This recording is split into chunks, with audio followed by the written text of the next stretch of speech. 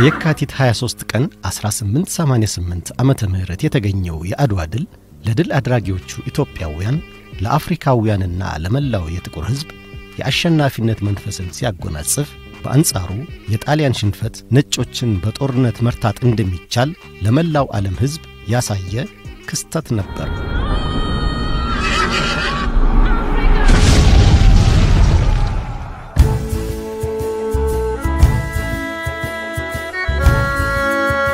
ድሉን ተከትሎ የኢትዮጵያ በነጻነት መኖር በወቅቱ እንደ እንግሊዝና ፈረንሳይ ባሉ ኃያላን ሀገራት ግልጽ ዕውቅና ተሰጣት። ሌሎች የአውሮፓ ሀገራትም ጣሊያንን ጨምሮ የኢትዮጵያን ሉዓላዊ አገርነት ተራ በተራ ተቀበሉ።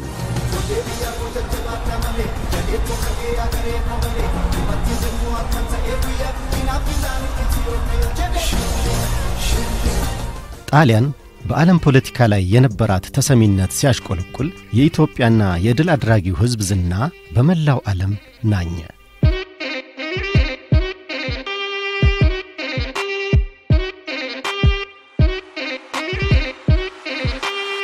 በአድዋ ጦርነት አንገቷን የደፋችው ጣሊያን ግን ሽንፈቷን በቀላሉ ተቀብላና ረስታ መቀመጥ አልቻለችም ነበር። በ1920ዎቹ መጀመሪያ ላይ ስልጣን ላይ የወጣው ቤኒቶ ሙሶሎኒ የጣሊያንን የቀደመ ገናንነቷን እመልሳለሁ የሚል ፖሊሲ ይዞ በመነሳቱ ኢትዮጵያን መውረርና አድዋ ላይ የደረሰባቸውን ሽንፈት መበቀልም ቀዳሚ ህልሙ አደረገ።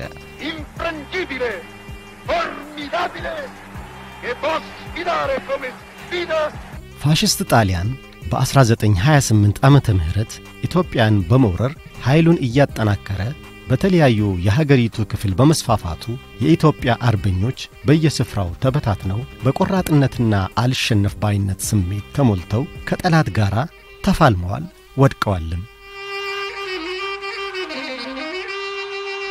ጣሊያኖች ኢትዮጵያን በቅኝ ግዛት ለመያዝ የነበራቸው ህልም ለሁለተኛ ጊዜ እየከሸፈ መሆኑን ተረድተዋል። ንጉሱም በስደት ከቆዩበት እንግሊዝ ወደ ሀገራቸው ተመልሰዋል። በአምስቱ ዓመት ጦርነትም በአርበኞች ብርቱ ክንድ እረፍት አጥቶ ተስፋ በመቁረጥ ውስጥ የነበረው የፋሽስት ጦርም የመጨረሻ ዕድሉን ለመሞከር አንድ አውደ ውጊያ ቀርቶታል።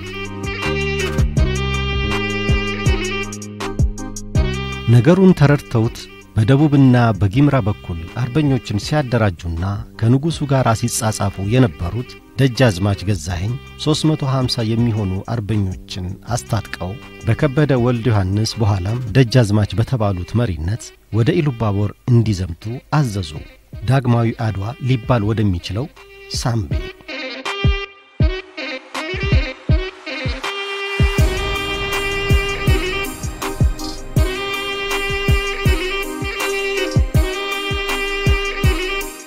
ወሬውን የሰሙና ሁኔታው ያሳሰባቸው የፋሽስት ጦር አዛዦች ጎሬ ካለው ዋና ጦር ጋር ለመቀላቀል ከቴፒና ከማሻ በፍጥነት መንቀሳቀስ ጀመሩ።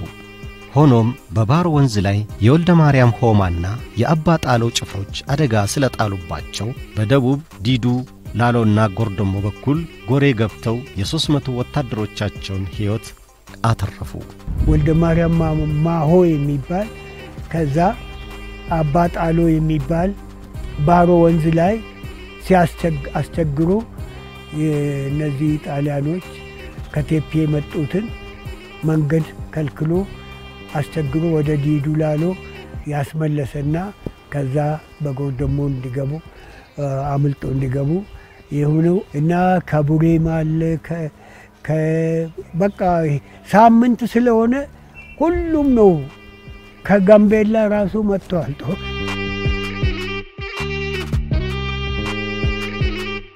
ሰኔ 20 ቀን 1933 ዓመተ ምህረት አርበኞች ተሰባስበው ኢትዮጵያ ነጻነቷን አግኝታለች፣ የፋሽስት ጦርም ከየቦታው እየተባረረ ነው፣ ስለዚህ ከጎሬም መባረር አለበት በማለት በጋራ ለማበር ተስማሙ።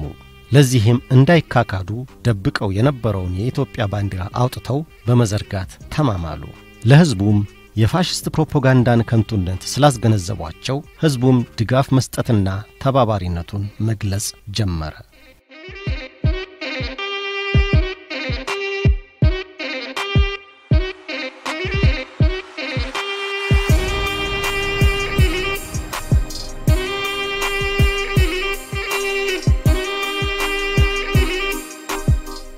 ሰኔ 23 ቀን 1933 ዓመተ ምህረት አንድ መልእክተኛ ከባላምባራስ ወዳጆ ዲሳሳ የተላከውን ደብዳቤ ጎሬ አምጥቶ ለወልደየስ ቡልኮ ሰጠ።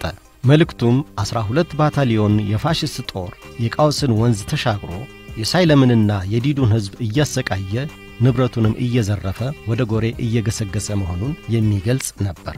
ይህ መረጃ እንደደረሳቸው ወልደየስ ቡልኮ ጥሩምባ እያስነፉ ማንኛውም ለአቅመ አዳም የደረሰ የጎሬ ነዋሪ በዲዱ በኩል እየመጣ ያለውን የጠላት ጦር እንዲመክትና አካባቢውን በሚገባ የሚያውቁ ደግሞ መንገድ እንዲመሩ አዘዙ።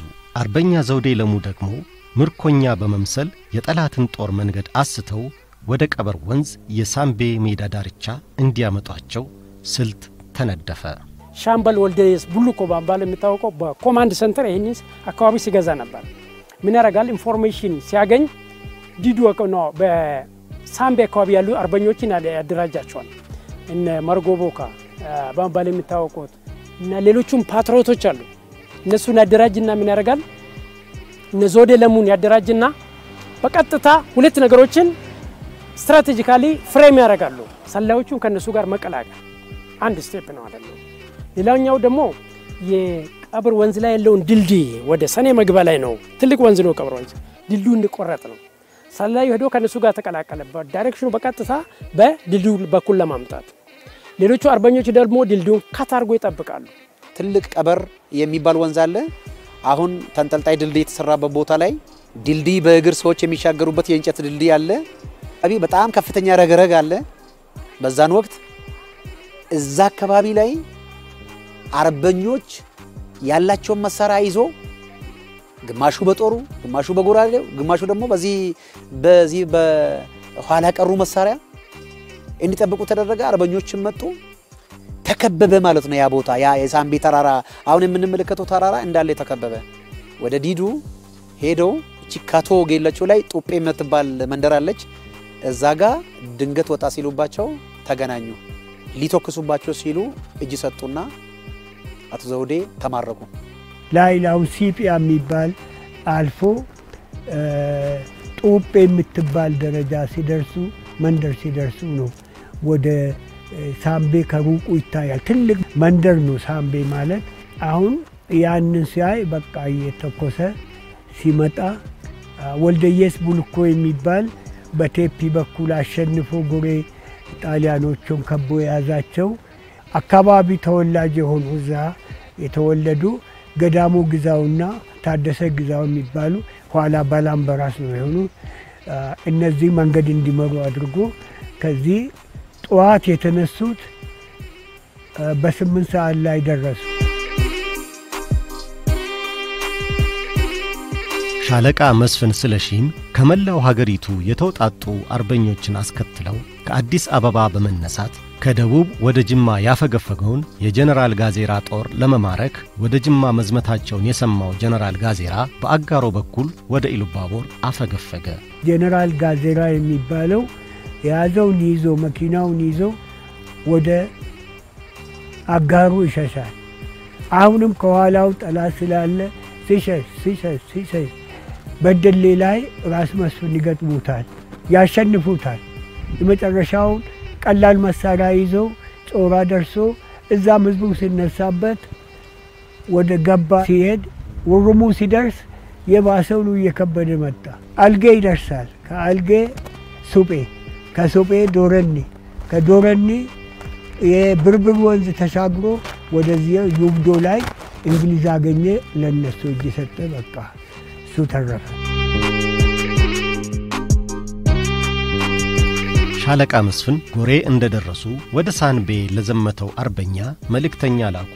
በነጋታው የሻለቃ መስፍን ጦር በአጋፋሪ ከበደ ይርዳው ኋላ ላይ ደጃዝማች በተባሉት እየተመራ በ3 አቅጣጫ ወደ ሳንቤ እንዲዘምት ታዘዘ። በዚህ መሰረት ቀኛዝማች ጦቢያው ጎበና ወደዚያ እንዲዘምቱና የጠላት ጦር በጋምቤላ በኩል አምልጦ እንዳይሸሽ እንዲያግዱ፣ ዋናው ጦር ደግሞ በመሐከሉ የጎሬ ሳንቤ መንገድ ተከትሎ እንዲዘምት ተደረገ። እንግዲህ ጣሊያን ወደ ጎሬ በሚመጣበት ሰዓት አርበኞች አልተቀመጡም። ጎሬን መጣ ጣሊያን እዚህ በመትቆይበት ሰዓት አንድ ቡድን በዚህ በወለጋ በኩል መጣ። አንደኛው ከሸዋ የተነሳ በደጃዝማች ገረሱ ዱኪ የሚመራ በነ ጃገማ ኬሎ የሚመራ ቡድን ደግሞ በዚህ በጅማ በኩል አድርጎ ወደ ኢሉባቦር መጡ ማለት ነው። በዚህ በምዕራብ በኩልም ደግሞ በሸካ አድርጎ የመጡ አርበኞች አሉ። በሌላ በኩል ደግሞ እዚህ ደጃች ስለቺ የሚባሉ ደግሞ እዚህ የነበሩ አገረ ገዢ የነበሩ የጥቁር አንበሳን ጦር የሚመሩ እሳቸው ደግሞ የዚህን ያከባቢን አርበኞች ጫካ ለጫካ እያደራጁ አርበኞች እየተደራጁ በሳምቤ በኩል ደግሞ ትልልቅ አርበኞች የሚኖርበት አካባቢ ነው። ትልልቅ አባቶች ያሉበት እነ ዘውዴ ለሙ የሚባሉ ታላቅ ሰው ያሉበት እንደነዚህ አይነት አርበኞች ደግሞ እዛው ሰዎችን አደራጅተው ጠበቁ ማለት ነው።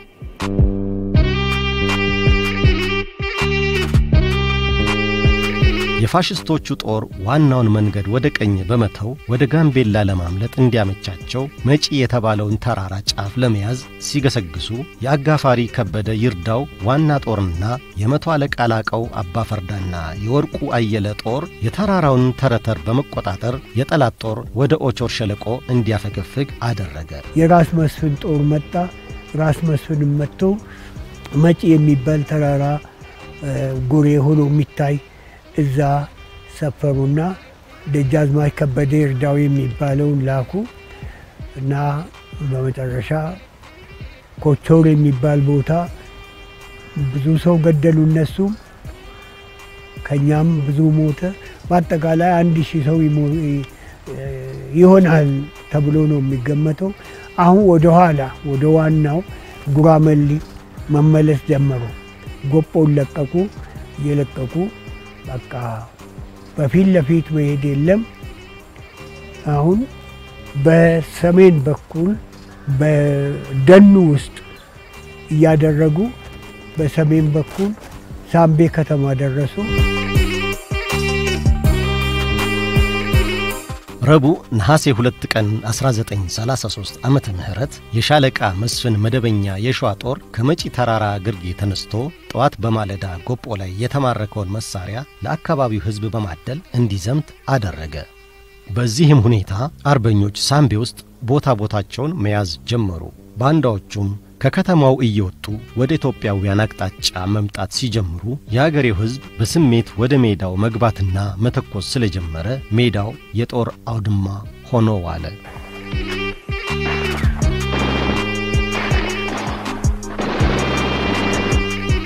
በጉራመሌ ተራራ ላይ የቀረው የፋሽስት ጦር ባደረገው የመትረየስና የመድፍ ተኩስ ሽፋን እየተረዱ ጣሊያኖች ሜዳውን ተቆጣጥረው ዋሉ።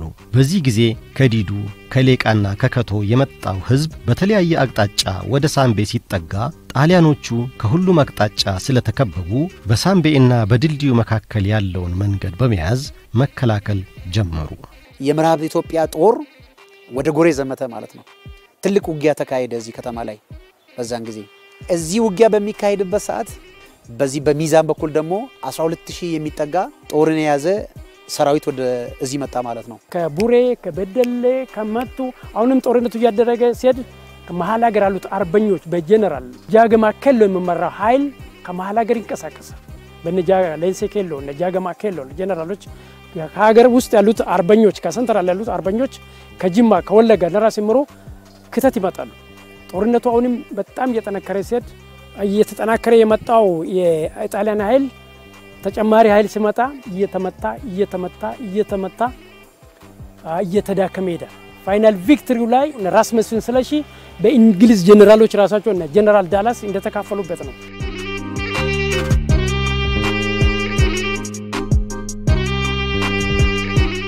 አርብ ነሐሴ 4 ቀን 1933 ዓመተ ምህረት የአጋፋሪ ከበደ ጦር ሜዳውን ወደ ደቡብ ምስራቅ በመተው በሰሜን በኩል ወደ ሳምቤ ዘልቆ ገባ። ከዚያም ወደ ደቡብ ሲያመራ ጣሊያኖቹ ከሳንቤ ወደ ኦቾር ሸለቆ ተሰባሰቡ።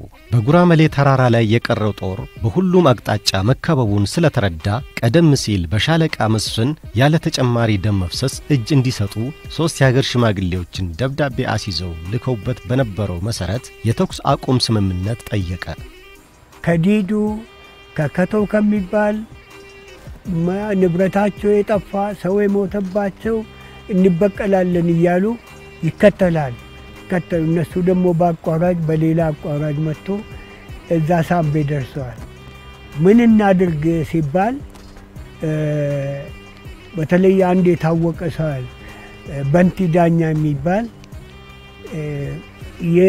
የድልድዩን ርብራቡን ቆርጠን እንጠብቅ በምን ያልፋል ወደ ታች በጣም ከፍተኛ የሆነ ኮረብታማና ተረተር ያለው በቃ ለጉዞ ማያመች መንገድ ነው።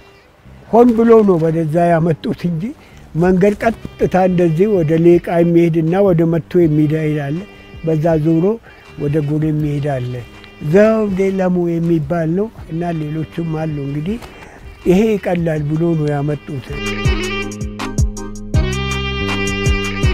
ሁኔታውን ከተራራ ላይ ሆነው የሚያስተውሉት የጣሊያን መድፈኞችም ተስፋ በመቁረጥ ጠመንጃቸውን ወንዝ ውስጥ እየጣሉ በሰልፍ የአገራቸውን መዝሙር እየዘመሩ መጥተው እጃቸውን ሰጡ። ከዚያም በአርበኞች እየተረዱ እስከ ጎጶ መንደር መጡ። ጦርነቱ እስካሉን ስናየው የአገር ውስጥ ጄኔራሎች የእንግሊዝ ጄኔራልም ራሱ እንደተሳተፈበት ነው የሚያሳየውና ትልቅ ጦርነት ነው የተካሄደው በሳምቤ ላይ። በጠላት በተለያየ ሁኔታ እየተመታ ሲሄድ ፋይናሊ ድክመታቸው መሸነፋቸውን ሲረዱ ነጭ አቡጀዴ እንዳውለበለቡና ለምርኮ እጃቸውን እንደሰጡ ነው የሚገርም ነው። ሲሸነፉ ነጭ ባንዲራ እያሳዩ እየዘመሩ ነው መጥቶ እንደዚህ አልቋል እኮ እና ሳምቤ ከተማ እዛ ነው እጄ የሰጡት። ጦርነቱ ቀላል አይደለም። ፎርሞስት ከሳምንት አካባቢ ነው ውጊያው ተካሄደው። አዎ ለዛ ሁሉ ግን የዚህ ህዝብ ፓትሪዮቲዝም ነው። ጠላትን አላስገባም ማለት ካልቸር አለው። እነ ዲማ ጫሊም ከጠላት ጋር ብዙ ቻሌንጅ አደረጉ።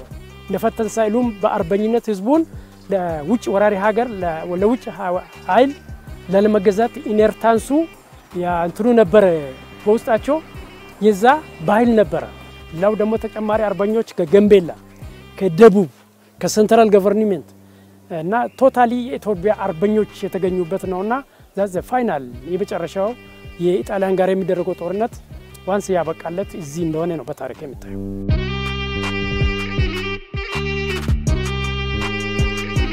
በጦርነቱ ከተካፈሉት የፋሽስት ጦር ውስጥ አብዛኛው በህይወት ተርፈው የተማረኩ ሲሆን ከባንዳዎች መካከልም 23 ብቻ በህይወት ተገኝተው ነበር። የተቀሩትም ለማምለጥ ሲሞክሩ በአገሬው ህዝብ እየታደኑ እጃቸውን ለመንግስት እንዲሰጡ ተደረገ። ከጉራመሌ ተራራና ጎጶ ፋሽስቶች ሲጠቀሙበት የነበሩት የጦር መሳሪያዎችም ሊወረሱ ችለዋል። 7578 በህይወት ተረፉ። ባንዳው 2500 ነው።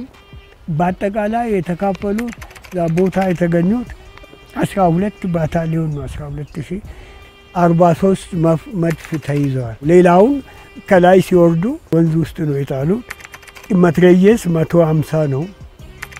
20,000 አካባቢ እንደው የተቆጠረው የነፍስ ወከፍ መሳሪያ ተገኝተዋል።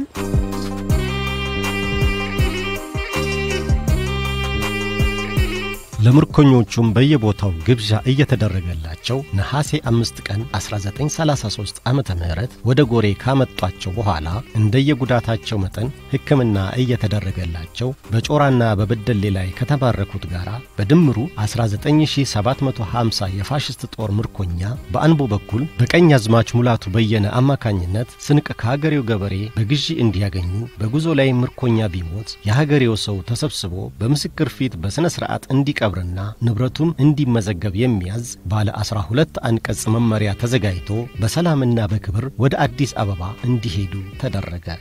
12-14 አንቀጽ ያለው መመሪያ ተጽፎ መንገድ ላይ ህዝቡ እንዲያበላቸው ቀኛዝማች ሙላቱ የሚባሉ ናቸው። ስለ ጤንነታቸው፣ ስለ ምግባቸው፣ ስለ ሴኩሪቲ ማንም እንዳይነካቸው እያንዳንዱን ባለባት በዛ በኩል ሲያልፍ ጥበቃ እንዲያደርግላቸው ሁሉንም መስተንግዶ እንዲሰጣቸው እየተደረገ ሰብአዊነት እንዳይጎድላቸው ተብሎ ነው የተጻፈው። ሲሞቱም በመንገድ ላይ በስነ ስርዓት እንዲቀበሩ ተብሎ ነው የተጻፈው።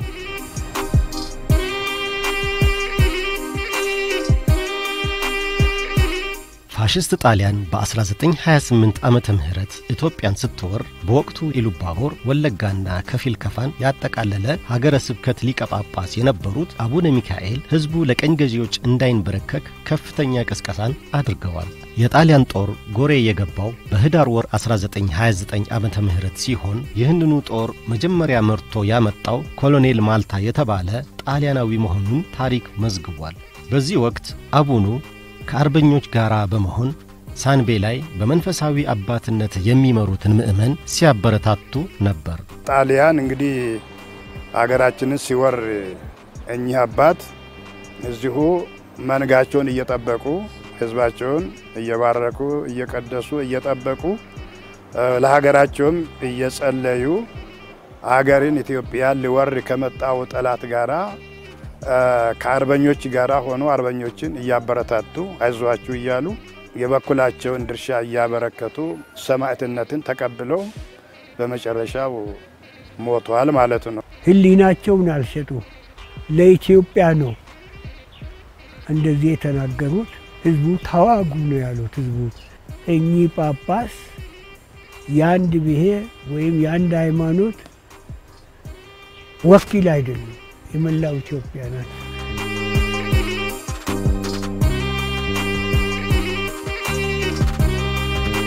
ቀድሞ ዝናቸውን ይሰማ የነበረው ኮሎኔል ማልታ ጎሬ እንደገባ አቡኑ የት እንዳሉ ጠይቆ ከአርበኞች ጋር ሳንቤ መሆናቸውን ሲሰማ ጓዙን ጎሬ ላይ ትቶ ምንም እረፍት ሳያደርግ ተከታተላቸውና ሳንቤ ላይ ደርሶባቸው አቡነ ሚካኤልን ህዳር 17 ቀን 1929 ዓመተ ምህረት ማረካቸው። አቡኑ ቄስና ደካማ ስለሆኑ ይፈቱልን ብሎ ህዝቡ ልመና ቢያቀርብም የጣሊያን ጦር አዛዥ የህዝቡን ተማጽኖ ሳይቀበል ቀረ።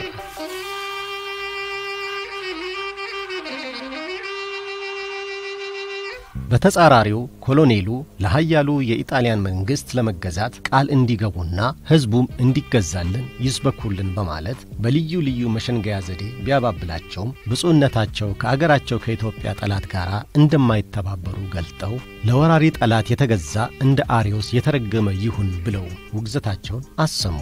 ለኢጣሊያ መንግስት ለቪክቶሪዮ ኢማኑኤል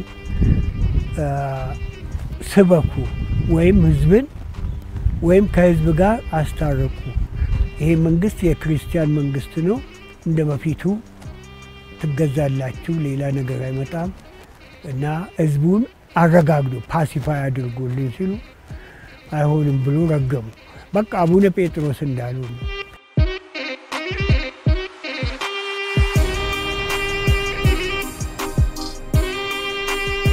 ጠላት የዓላማ ጽናታቸውንና ቆራጥነታቸውን ተመልክቶ እርሳቸውን መሸንገል እንደማይቻል ስለተረዳ ከሁለት ዕውቅ አርበኞች ጋር አሮጌ ቄራ መሄጃ ላይ በአውቶማቲክ መሳሪያ መትረየስ በጥይት ተደብድበው እንዲገደሉ ወሰነ። ብፁዕ አቡነ ሚካኤል ሰማዕቱና አርበኛው ለህዝባቸው ታላቅ ታማኝ አባት ናቸው። ሕይወታቸውን እስከ መስጠት ነው። እንግዲህ እውነተኛ እረኛ ለበጎቹ ሕይወቱን አሳልፎ ይሰጣል። የወንጌሉ ቃል ምን ሲሆን ተኩላ ሲመጣ በጎቹን የሚበላ ሲመጣ ትቶ አይሄድም፣ ከበጎቹ ቀድሞ ይሞታል። ያ ነው የወንጌሉን ቃል የፈጸሙ ታላቅ አባት ናቸው ማለት ነው።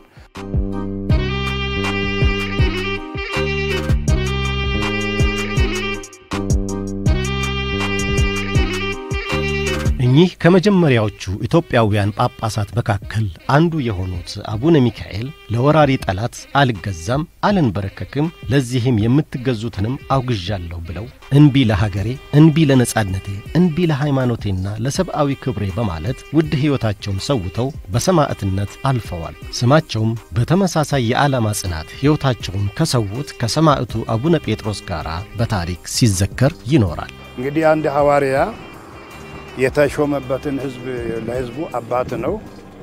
ይባርካል፣ ይቀድሳል፣ ሃይማኖትን ይሰብካል፣ ያስተምራል። ሃይማኖትን ብቻ ሳይሆን ስለ ሀገርም ደግሞ ሀገር በሰላም እንድትኖር መጸለይ አለ፣ ለሀገር መጸለይ አለ። ከዚህም አልፎ ተርፎ ደግሞ ሀገርን የሚያፈርስና የሚወር ካለ ለሀገር ነጻነት ደግሞ መዋደቅ ያለ ጉዳይ በመሆኑ በዚህ ምክንያት ጣሊያን ኢትዮጵያን ሲወር እሳቸው እኔ እንደ ወንድሜ እንደ ጴጥሮስ ሰማዕትነት እቀበላለሁ እዚሁ ከህዝቤ ጋራ እሞታለሁ እንጂ አልሄድም ብለው ከዛ በኋላ ከአርበኞች ጋራ አርበኞችን እያበረታቱ በርቱ እያሉ እየጸለዩላቸው አብረው እየታገሉ ቆዩ። መጨረሻም ጣሊያን መጣና ያው ገደላቸው ማለት ነው። ህይወታቸውን ሰውተዋል ማለት ነው፣ ሰጥተዋል ማለት ነው።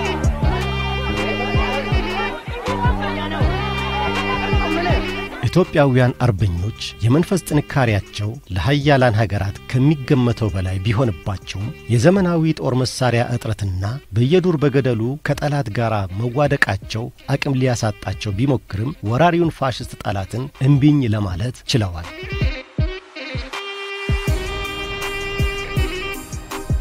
የቀደሙ አባቶቻቸው አድዋ ላይ ድል በማድረግ ያስመዘገቡትን ታሪክ በእልህ አስጨራሽ የ5 ዓመታት ትግል ሲፋለሙ ቆይተው የመጨረሻውን ፍልሚያ በሳንቤ የጦር ሜዳ ላይ የደመደሙት የኢትዮጵያ ጀግኖች አርበኞች ለ40 ዓመታት ያክል ስትዘጋጅ ቆየችውን ጣሊያን በከባድ መስዋዕትነት ድባቅ መተው ሀገራቸውን በነጻነት የጸናች አድርገዋል።